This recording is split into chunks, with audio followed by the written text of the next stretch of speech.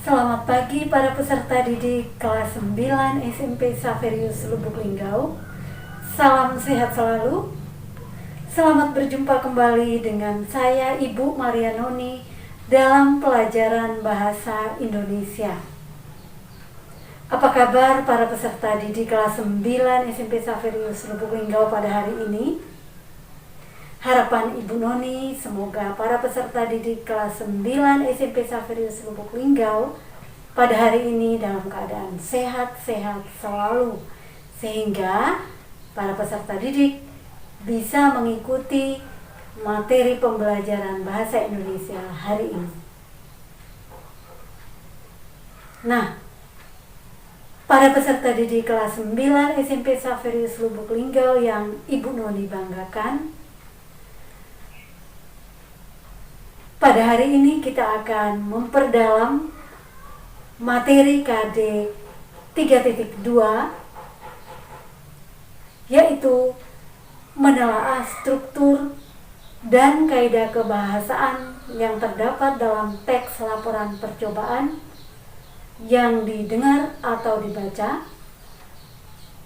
Percobaan berupa cara membuat makanan atau minuman, ataupun cara membuat sabun mandi, atau cara membuat hand sanitizer. KD 4.2 yaitu menyajikan tujuan, bahan atau alat, langkah kerja, hasil dan kesimpulan teks laporan percobaan yang dibaca atau didengar sesuai dengan kelengkapan data dan struktur serta kaidah kebahasaan. 2 KD ini termasuk KD yang pertama KD pengetahuan, KD yang kedua adalah KD keterampilan.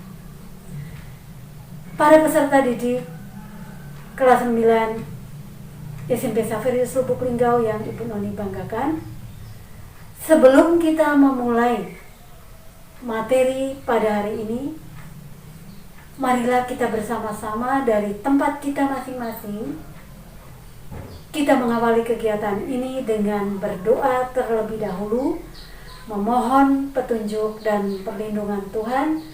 Semoga apa yang kita pelajari hari ini bisa bermanfaat bagi para peserta didik sendiri ataupun bermanfaat bagi orang lain. Dari tempat kita masing-masing, marilah kita berdoa menurut keyakinan kita. Marilah kita berdoa.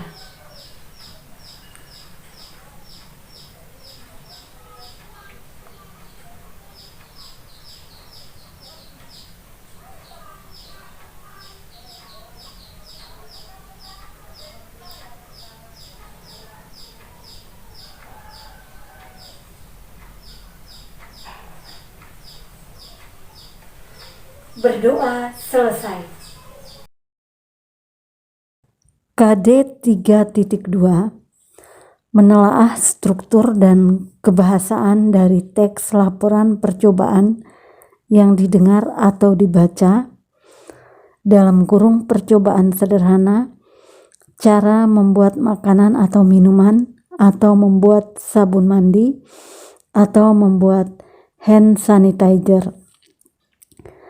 KD 4.2 menyajikan tujuan, bahan atau alat, langkah dan hasil dalam laporan percobaan secara tulis dan lisan dengan memperhatikan kelengkapan data, struktur, aspek kebahasaan dan aspek lisan. Tujuan pembelajaran. Setelah proses belajar daring berakhir, peserta didik diharapkan dapat 1. Menelaah struktur teks laporan percobaan yang didengar atau dibaca. 2. Menelaah kaidah kebahasaan yang terdapat dalam teks laporan percobaan. 3. menyajikan tujuan, bahan atau alat, langkah dan hasil dalam laporan percobaan secara tulis dan lisan dengan memperhatikan kelengkapan data, struktur, aspek kebahasaan dan aspek lisan. Materi pembelajaran. A. Struktur teks melakukan percobaan atau membuat membuat makanan atau minuman atau sabun mandi atau membuat hand sanitizer meliputi 1. Tujuan percobaan. Nah, tujuan percobaan ini berupa pernyataan tentang sasaran yang ingin dicapai. 2. Alat dan bahan atau objek percobaan. Nah, yang diperlukan untuk kegiatan percobaan itu. 3.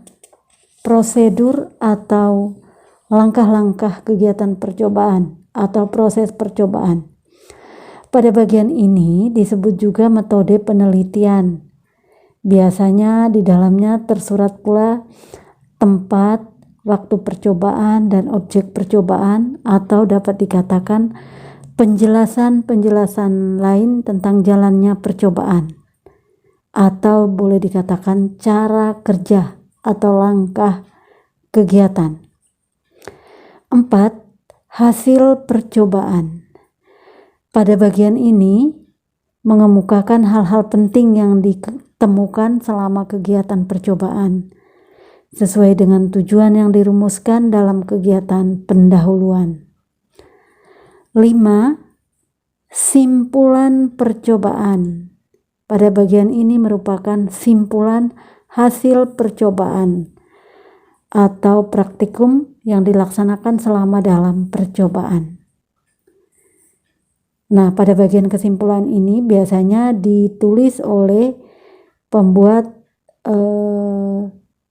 percobaan atau orang yang melakukan percobaan. Apa kesimpulannya? Nomor 6. Selain kelima bagian di atas, maksudnya kelima struktur tersebut, masih terdapat satu yang melengkapi struktur laporan percobaan, yaitu latar belakang dan pentingnya percobaan. Biasanya disertai teori dan daftar pustaka pada bagian akhir. B. Contoh teks laporan percobaan membuat sabun mandi dari lidah buaya. Jika kita ikuti sesuai dengan strukturnya, struktur yang pertama tujuan. Sabun mandi merupakan kebutuhan manusia yang biasa digunakan untuk membersihkan diri atau mandi. Banyak orang yang memilih membeli sabun yang ada di pasaran. Padahal kita bisa membuat sabun sendiri loh dengan menggunakan lidah buaya. Tujuan dari pembuatan sabun dengan menggunakan lidah buaya ini adalah untuk menambah wawasan kita tentang bagaimana cara membuat sabun. Kemudian kita juga belajar mengenai pentingnya keamanan dari sabun itu sendiri. Struktur teks laporan percobaan yang kedua yaitu alat dan bahan. Nah, di dalamnya memuat alat apa yang dipakai dan bahan-bahan yang melengkapi percobaan barang atau bahan atau objek tersebut. 1. Lidah buaya. 2. Pewangi. 3. Pisau. 4. Sendok sayur. 5. Air. 6. Saringan. 7. Panci. 3. Struktur yang ketiga ya, struktur dari teks laporan percobaan, yaitu langkah-langkah atau prosedur kerjanya. 1. Cuci terlebih dahulu lidah buaya sampai benar-benar bersih. 2. Kemudian potong lidah buaya dengan potongan kecil-kecil. 3. Lalu peras lidah buaya yang sudah dipotong tersebut hingga seratnya keluar. 4. Tambahkan sedikit air dan pewangi secukupnya saja. 5. Aduklah sampai semua bahan tercampur rata. 6. Setelah campuran tersebut mengembang, tambahkan sabun cair. Cairan tersebut sudah bisa digunakan jika ingin sabun cair. 7. Jika kamu ingin membuat sabun batangan, maka simpanlah ke dalam lemari pendingin. 8. Setelah membuka, keluarkan sabun tersebut dari dalam lemari pendingin dan sabun lidah buaya siap untuk digunakan. Struktur yang keempat, hasil. Sabun mandi yang terbuat dari lidah buaya telah berhasil dibuat. Selain itu juga terbukti sangat bermanfaat bagi tubuh dan kulit kita. Hal itu dikarenakan kandungan dan manfaat dari lidah buaya sangat banyak sekali. Salah satunya membuat kulit menjadi lebih segar. Nah, itu struktur teks laporan percobaan membuat sabun mandi dari lidah buaya, dari batang lidah buaya.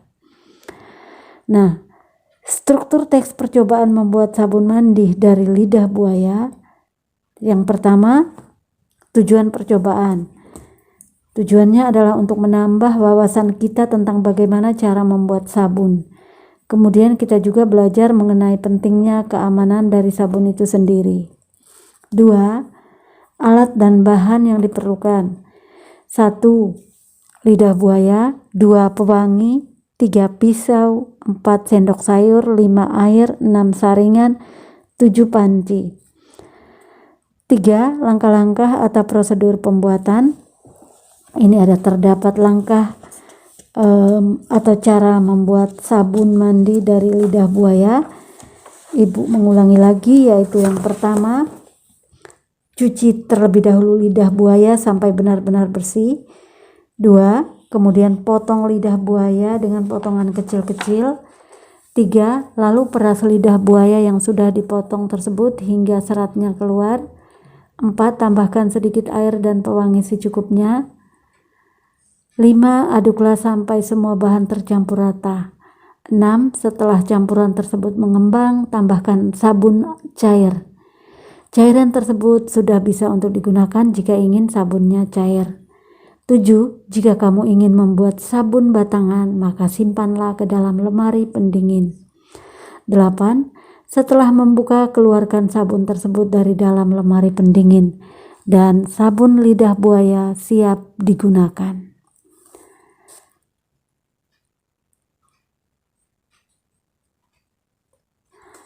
Struktur teks percobaan yang keempat yaitu hasil. Ternyata sabun mandi lidah buaya sangat bermanfaat bagi tubuh dan kulit kita. Karena kandungan lidah buaya sangat banyak, diantaranya membuat kulit menjadi lebih segar. Kita masuk ke materi yang ketiga atau C. Kaidah kebahasaan yang terdapat dalam teks laporan percobaan. Nah, kaidah kebahasaan atau penggunaan kebahasaan yang terdapat dalam teks laporan percobaan. Biasanya dalam sebuah teks laporan percobaan itu terdapat beberapa kaidah kebahasaan. Di sini saya memberikan sebanyak 8 kaidah kebahasaan. Yang pertama, banyak menggunakan istilah ilmiah atau disebut kata teknis. Kata teknis ini maksudnya kata-kata yang muncul sesuai dengan teks yang disajikan atau istilah-istilah yang muncul sesuai dengan teks yang disajikan. Contoh kata kalau dalam laporan praktikum itu kata silem, kata korteks, kata wawasan, dan lain-lain. Nomor 2, kaidah kebahasaan yang dalam teks laporan percobaan itu adalah menggunakan kata kerja. Kata kerja yang dimaksud itu adalah kata kerja tindakan yang menyatakan langkah kegiatan. tindakan yang menyatakan langkah kegiatan, misalnya menyiapkan, memotong, membentuk, mengakibatkan, membersihkan, menutup, dan lain-lain. Kaidah kebahasaan yang ketiga, menggambarkan tanaman, hewan, lingkungan, benda-benda. Kalau membuat atau laporan teks percobaan tentang cara menanam tanaman, tentu saja kaidah kebahasaan yang dipakai adalah yang berhubungan dengan tanaman, misalnya bibit atau pupuk atau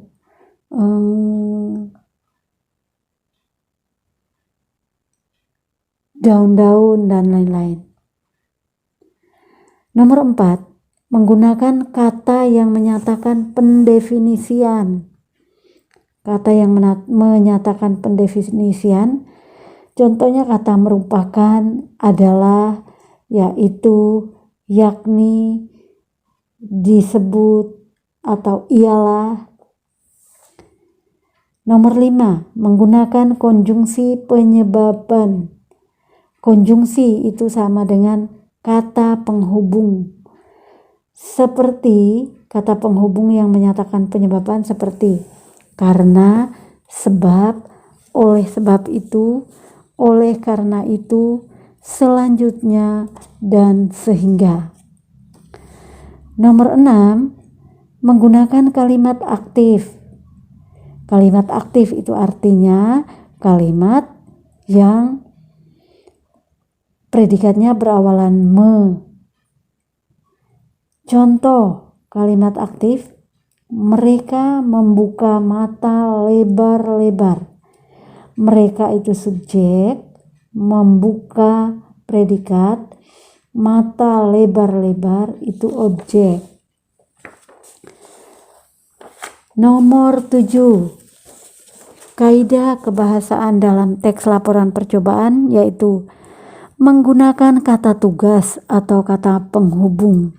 Nah, kata tugas atau kata penghubung hampir sama dengan konjungsi ya, hanya kalau konjungsi itu yang lebih mengarah ke penyebaban.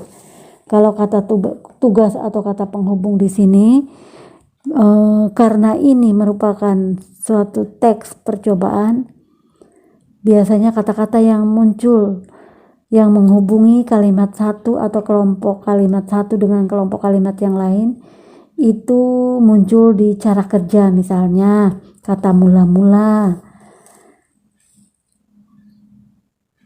Misalnya mula-mula air dan garam mineral yang larut dalam tanah, atau kemudian masukkan garam ke dalam sayuran itu, atau lalu taburi makanan itu dengan bawang goreng, dan lain-lain. Jadi ada kata mula-mula, ada kata kemudian, atau kata lalu, atau kata dan. 8, menggunakan kalimat imperatif. Nah, kalimat imperatif itu artinya kalimat perintah halus. Contoh, potong ubi itu, atau silakan tempat itu ditutup, atau silakan buka tutup dari kaleng itu.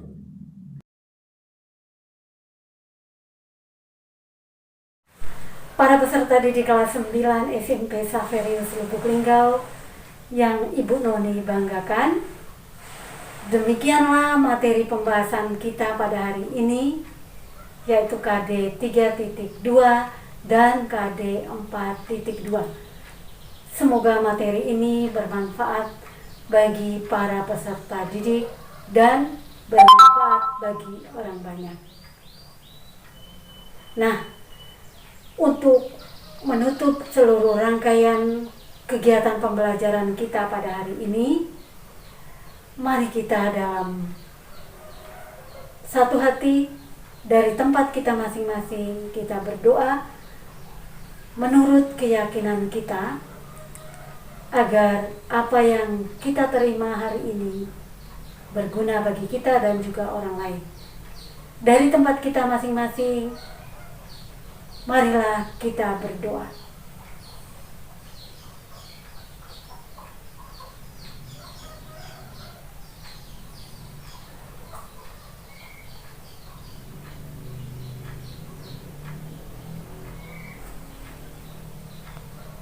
Berdoa selesai. Demikianlah materi pembelajaran kita pada hari ini. Semoga bermanfaat bagi para peserta didik. Sekian dan terima kasih.